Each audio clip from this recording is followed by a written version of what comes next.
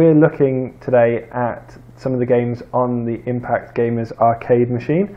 This one's Space Invaders, and so I'll just take you through it. 2 players, pink and blue as normal. Any of the fire buttons fire, and it starts the game. Just a standard Space Invaders game, unlucky.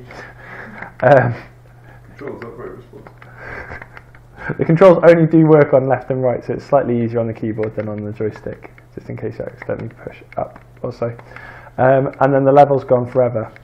At the end of each level, the green barriers do respawn, and if you shoot underneath a green barrier, you do cause a blast to destroy it a lot, so to stop people from hiding underneath there. If we have a look at the events in the game, it's got 84 events, so it's not a massive game, and a lot of them are duplicate, just depending on which button you press. It all has the same action of launching the missile and the blast up at 130. Also, get the blast to be invisible so that it doesn't distract the players. The actual spaceships, if that's what they are, they're probably missile launchers. They're controlled by just eight directions, but then we've limited the directions just to be left and right. There's no animations on them, they are just one frame.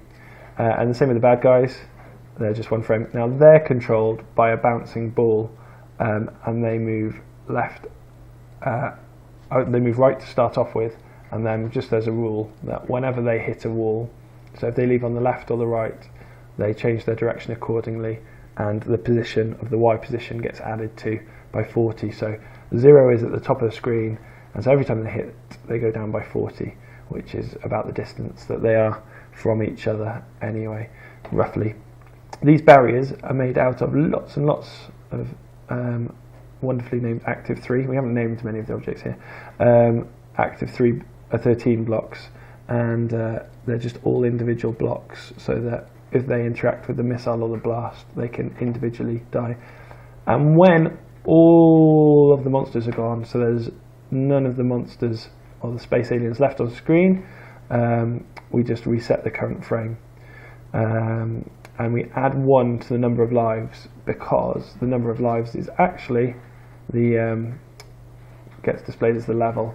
So if we have a look at that over here, the level at the start of the frame, you set it to the number of lives. The number of the lives continue throughout, so it's just using that function that lives continue throughout the whole game, no matter how many times the level's reset, to add 1 to the level. And also with the restarting of the application, there should be, compared to the number of lives, something to do with their speed. So let's have a look at their speed.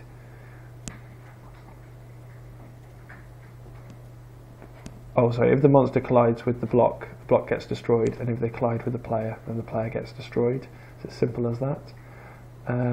There should be something to do with speed. That's the mothership that goes along, and what we've got is we've got a UFO counter, and if that's 1 and there's no UFOs, then we create a UFO, and it's just on a path movement to move from one side to the other, and this count is every 20 seconds gets set to random 100 plus 1, so a number between 1 and 100 rather than 0 and 99, and like I say, when it's 1 it comes along.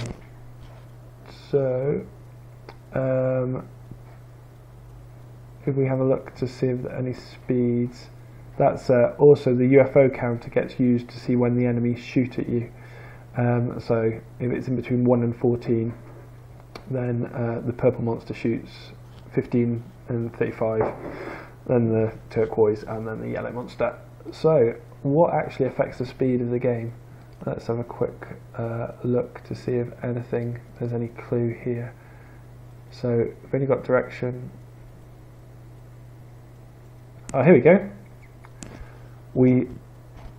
As soon as the tag saying press fire to start is invisible, we set the speed to be 20 plus 10 times the number of lives. So the level number. So it starts on level 1. So that'll be 20 plus 10 times 1. So that'll be 30. And the next level it will be 40, 50, 60, and work up like that. And that's how we set the speed. Just when that's invisible. And when does press fire to get start become invisible? If it is visible, and you press fire, and there's still player 1 on the screen, then it becomes invisible. So there we go. It's not an overly complicated game, but a fun game nonetheless. And that's Space Invaders, based on the classic Space Invaders.